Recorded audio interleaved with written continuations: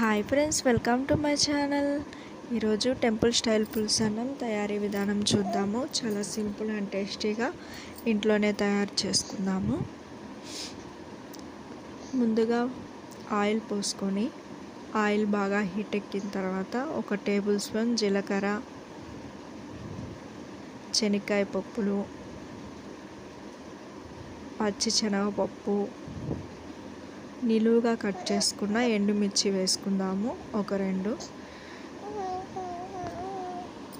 వేసుకొని ఇలా ఫ్రై చేసుకుందాము. ఇందులోకే కరివేపాకు వేసుకుందాము. తర్వాత 2 ఎండుమిర్చి కూడా వేసుకుందాము. వేసుకొని అన్నీ బాగా ఫ్రై చేసుకోవాలి. ఇలా అన్నీ బాగా ఫ్రై అయ్యాక 50 గ్రాముల చింతపండు బాగా నానబెట్టుకున్నాయి. దాన్ని ఇలా చేత్తో పిసుక్కుంటే బాగా తిక్కుగా వస్తుంది కదా రసం, అది ఇందులోకి యాడ్ చేసుకుందాము.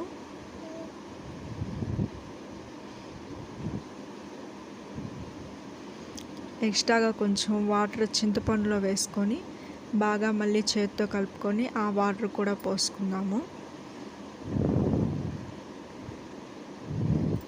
ఇలా వాటర్ మొత్తం పోసేసాక ఇలా గరిటెతో బాగా అన్నీ తిప్పుకుంటూ కలుపుకుంటూ రావాలి. ఇప్పుడు ఇందులోకే మనం 1 టేబుల్ స్పూన్ పసుపు యాడ్ చేద్దాము.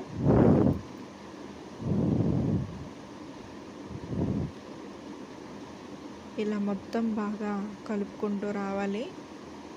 ఇప్పుడు మనం రైస్ తీసుకునే క్వాంటిటీని బట్టి మనం సాల్ట్ అయితే యాడ్ చేసుకోవాలి.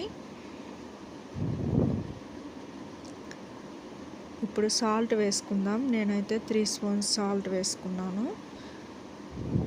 మీ రైస్ క్వాంటిటీని బట్టి ఎంత సరిపోతుందో అంత చూసుకొని వేసుకోవాలి.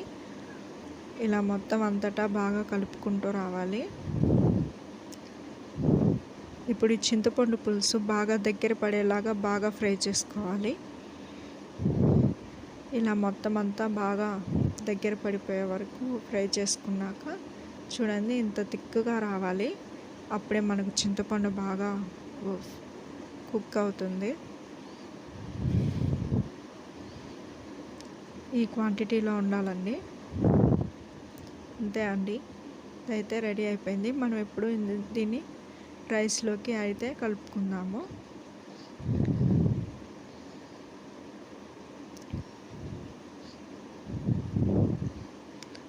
ఇలా మొత్తం ఈ రైస్ క్వాంటిటీని బట్టి మనం వేసుకొని ఇప్పుడు మొత్తం అంతటా గరిటెతో ఇలా తిప్పుకుందాము.